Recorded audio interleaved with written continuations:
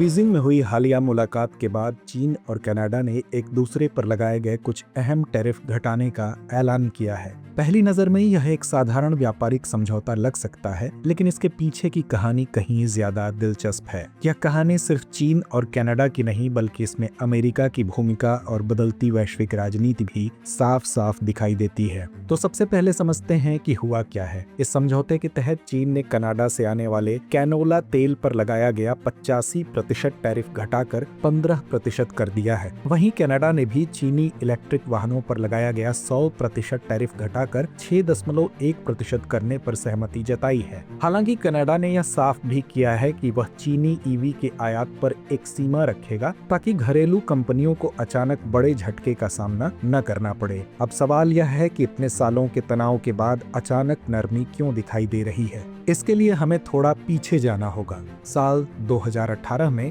Canada ने America के अनुरोध पर चीनी टेक कंपनी हुआवेई की वरिष्ठ अधिकारी मेंग वानझोउ को गिरफ्तार किया था। उस समय यह मामला सिर्फ कानूनी नहीं था, बल्कि अमेरिका और चीन के बीच चल रहे टेक और रणनीतिक टकराव का हिस्सा था। चीन ने इसे राजनीतिक कार्रवाई माना और इसके जवाब में 2 कनाडाई नागरिकों को हिरासत में ले लिया।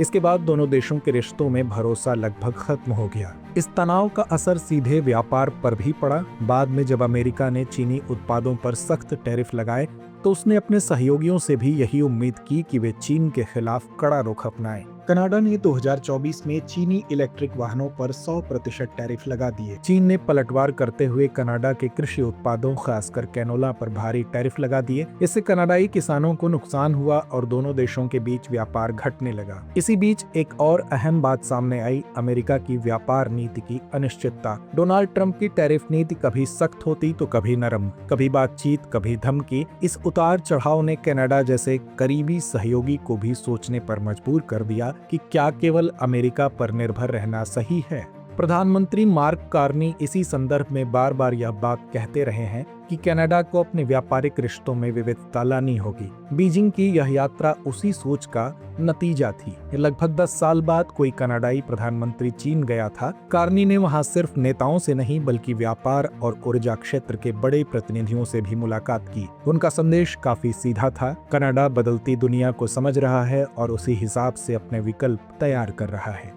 लेकिन इसका मतलब नहीं कि कनाडा और चीन के बीच सब कुछ ठीक हो गया है। कार्नी ने साफ कहा कि दोनों देशों के बीच मतभेद बने रहेंगे। मानवाधिकार, चुनावों में हस्तक्षेप, ताइवान और हांगकांग जैसे मुद्दों पर कनाडा अपनी बात कहता रहेगा। यानी सहयोग होगा, लेकिन सीमित और सोच समझकर।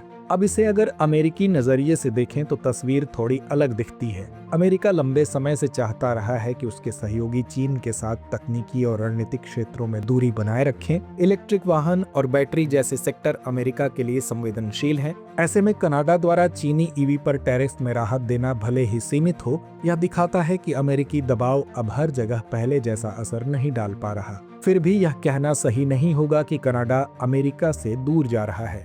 अमेरिका आज भी कनाडा का सबसे बड़ा व्यापारिक साझेदार है और सुरक्षा के मामले में दोनों देशों के रिश्ते काफी मजबूत हैं। कनाडा की मौजूदा नीति दरअसल संतुलन बनाने की कोशिश है। अमेरिका के साथ रणनीतिक साझेदारी भी बनी रहे और चीन के साथ व्यावहारिक व्यापार के रास्ते भी खुले रहें।